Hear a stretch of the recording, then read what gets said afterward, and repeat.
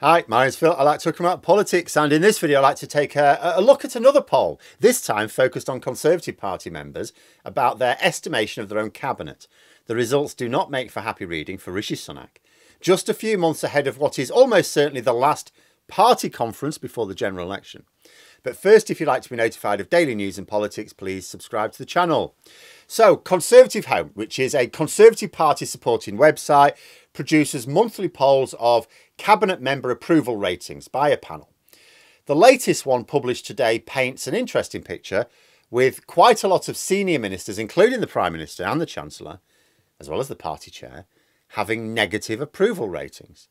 And these are from a panel of Conservative Party members. I will say this poll doesn't go out to all party members. I don't know how reliably the website is able to produce a polling panel which is suitably representative, but their monthly polls are nonetheless always considered a talking point amongst Conservatives. At the top, you have Ben Wallace, the Defence Secretary. He has been very consistently popular amongst the party faithful for several years now. Throughout all the chaos, he's always at the top or very close to the top. I would suggest it's because he just quietly gets on with his job.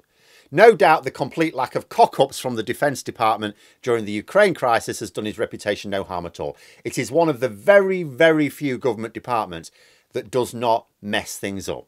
So, you know, there's that to be said for him. But it also has to be said, he doesn't get involved in the culture wars or other slanging matches. He just quietly gets his work done. In fact, quite a few of the top performing ministers at the moment are on the quiety, less gobby side.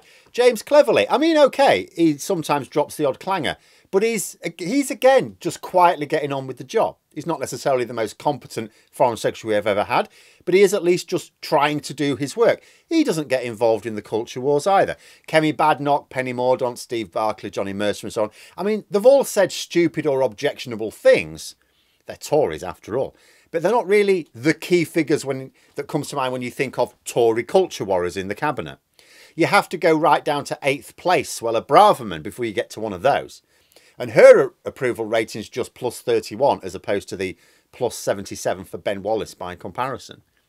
But in terms of the very top of the party, Rishi Sunak, the Prime Minister, Oliver Dowden, the Deputy, Jeremy Hunt, the Chancellor, and Greg Hands, the party chair, all have negative ratings. The author of the article accompanying the poll tries to look on the bright side by saying, well, you know, Boris Johnson and Liz Truss ratings were way lower at the end of their time, so Sunak's looks glorious by comparison. But if your own party has such a low opinion of the leaders, then imagine what the general public think of them. And if this poll is even close to being representative of at least the more active party members, what will it mean for the party conference at the end of summer? Consider that we have a real squeeze on incomes going on. There will indeed be some, maybe even many Conservative members, when you consider the typical demographic, who are not particularly troubled by the high interest rates if they own their own home, or salary squeeze if they're retired. But they won't be impressed with the impact on the children or their grandchildren who will be. They'll also not be happy with the sticky inflation or the sad state of affairs in health and social care, or even just the general sense that they are heading for a Labour government, even though almost all of them will see their lives improve as a consequence. But there are other things which presumably concern party members as well. It would me if this was happening in my party. The party is descending into factional battles and Sunak is actively hiding from it instead of leading. Sunak is missing not only this week's PMQs, again, quite recently, it was a week before he missed one as well, but he's also missing next week's. We're going to be treated to a full fortnight of Oliver Dowden car crash PMQs. I'm seriously thinking of just not bothering with my PMQs reviews now.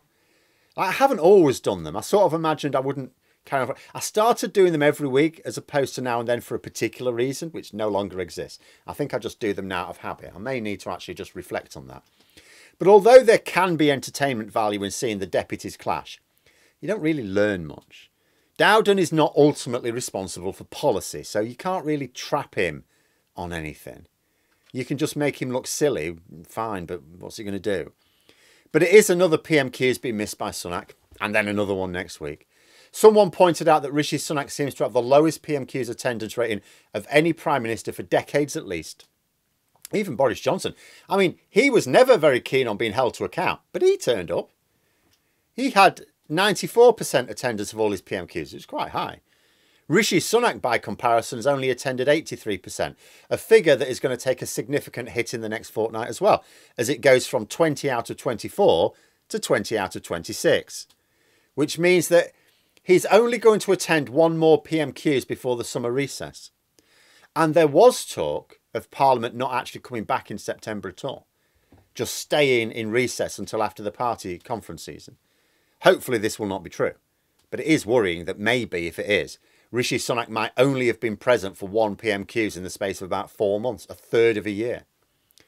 Then there's the by-elections. Now, it's probably fair to say Labour are nailed on for Uxbridge and South Ruislip. I don't want to take anything for granted, especially in a by-election with low turnout. But I would think it would be more Conservative voters are more likely to be apathetic and stay away than Labour voters sensing their chance to be a part of history. This will be problematic for Sunak. Not just because it'll be another Tory seat lost, but because Boris Johnson will be absolutely insufferable. He will claim he would have won it, of course, or even that there was no need for the by-election at all if Tories hadn't supported the Privileges Committee. This is all your fault, he will say, entirely your fault. Wallow in your own, in the fruits of your own labours. That'll kick off again. All that Boris Johnson needling will kick off again. He's just waiting for it, I should think. Consider how the Tories, I go back to last summer, the Tories suffered in the polls because there were looming energy price hikes. You know, they were going to go up double, treble, and people were really worried about it. And they wanted the government to do something. And Labour and the Lib Dems were going, well, we've got a plan. What are you going to do? What are you going to do? And they said, oh, sorry, we can't do anything. We seem to be having a leadership contest. Well, get all the leadership candidates together and agree something. No. Oh, you're just going to leave people anxious, feeling anxious unnecessarily a few weeks away from these energy price increases where they don't know if they're going to afford it. Yeah, we're going to leave them stewing while we sort out our own internal squabbles. That didn't do them any good in the polls. Well, we may get something similar this summer. See, cost of living crisis, that's not going away. That's still biting. A Prime Minister hiding away. A Tory party engaged in bitter civil war over their own egos. But Uxbridge is not the only problem.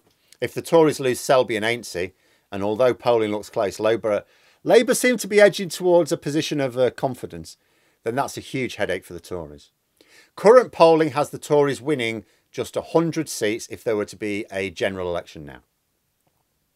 Well, although an election campaign will undoubtedly tighten things up, it's still grim reading to any Conservative who thinks their seat is in danger. And if Selby and Ainsty can be lost, then the clear majority of Conservative MPs will feel their seat is in danger. Right now, Rishi Sunak is providing absolutely no leadership for either the country or his party.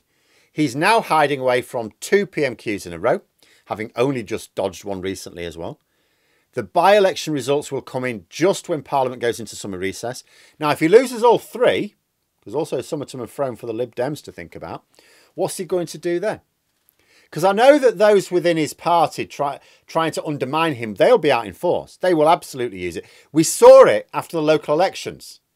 They went out and tried to undermine him after the local election results. They'll do the same after the by-elections if they go badly for the Tories.